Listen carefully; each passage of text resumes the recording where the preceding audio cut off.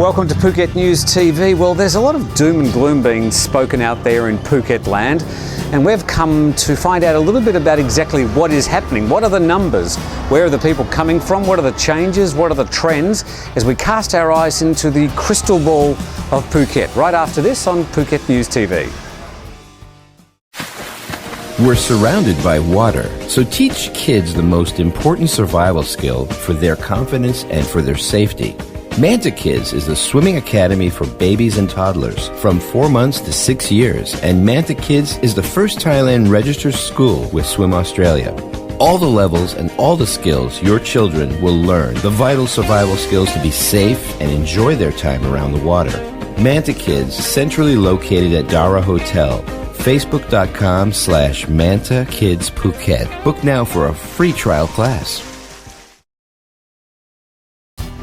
Well, there's a lot of doom and gloom being spoken about as we head into this year's wet season or the low season, whatever you want to call it. So we want to look into the crystal ball and see exactly what is happening as we approach the next 6 months. Nobody better to speak to than Bill Barnett from C9 Hotel Works. He's the numbers man who knows exactly what's happening. Bill, thanks for talking to us today. Bill, firstly, as we move into the wet season or the low season, whatever you want to call it, does it exist anymore? Certainly. I mean, traditionally, tourism to the island in the months of May and the months of September are traditional low seasons. Certainly those remain challenged tourism-wise. I think this year, the key buzz term out there is disruptive. Be it technology, be it any big events, but certainly disruptive tourism is a trend, and we're seeing a lot of those indicators, be they political events, be they currency, also, looking towards the country's political issues as well, certainly. So again, we expect unnormal trading. Over the longer term, tourism is a cyclical business, but certainly for the past decade, it's really become more of a start and stop business.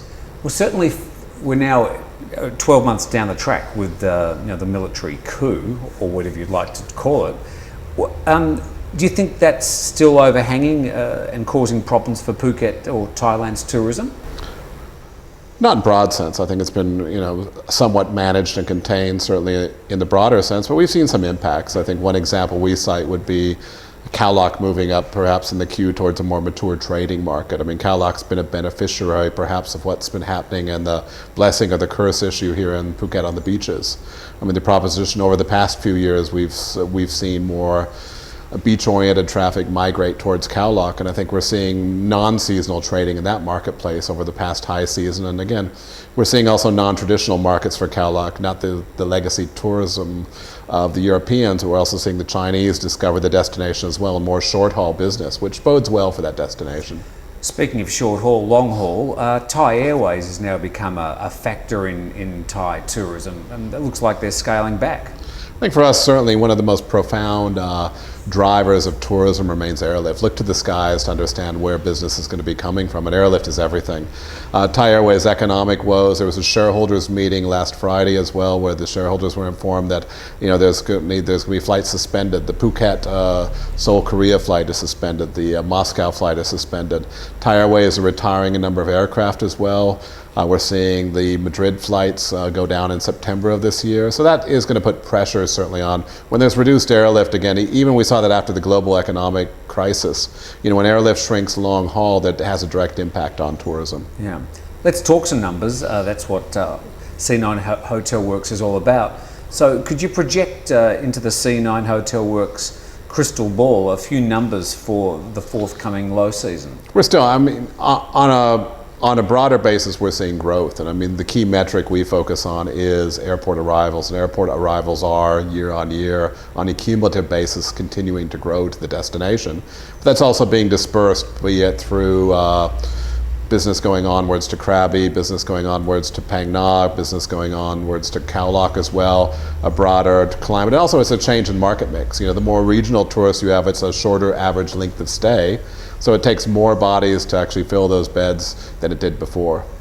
And we're still looking at the Chinese taking up the slack of the Europeans and the Russians heading back home. That's still where we're heading? That continues to be the common thought process in terms of volume. Everybody's looking to China, but Thailand's not the only one looking at that market. Virtually every country in the world is saying, how do we fill volume number of hotel rooms. That's the Chinese answer. That's the big answer out there. I guess the broader question is, how much is sustainable at what growth rate? It's something we also look at as other micro markets. Traditionally during the summer season, the Australians are a strong performer. We look at what's happening in Bali with the Bali 9. Is that going to have an impact short term? I mean, longer term, Phuket and Bali tend to trade business back and forth. Phuket was a big benefactor after the Bali bombings in 2002, 2005. But very much these are short-lived events, certainly, and people's collective memory. We don't, and we would hope even for Bali's sake, that there's not a big impact for tourism, because again, tourism and the benefit of that is not a political agenda. It's for the locals, it's for the population that in those destinations. So hopefully that the outcome is not that dramatic to that marketplace. Bill, finally, when all the accommodation and the travel people get together at one of the conferences, what are you talking about around the water cooler? What are the hot issues over the next 6 months? I think certainly, there always is the China issue. I think currency has come now into a trading play where it's a very important issue.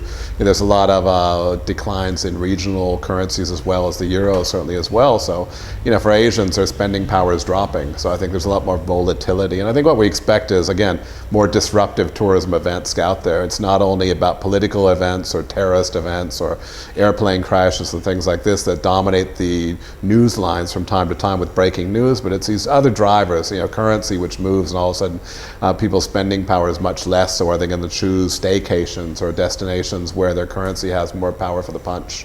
So I think that certainly is a game changer as well. Well, it's easy enough to look at all the sort of the bad things that might be affecting Phuket's tourism and economic future, but what's the glass half full answer at the moment?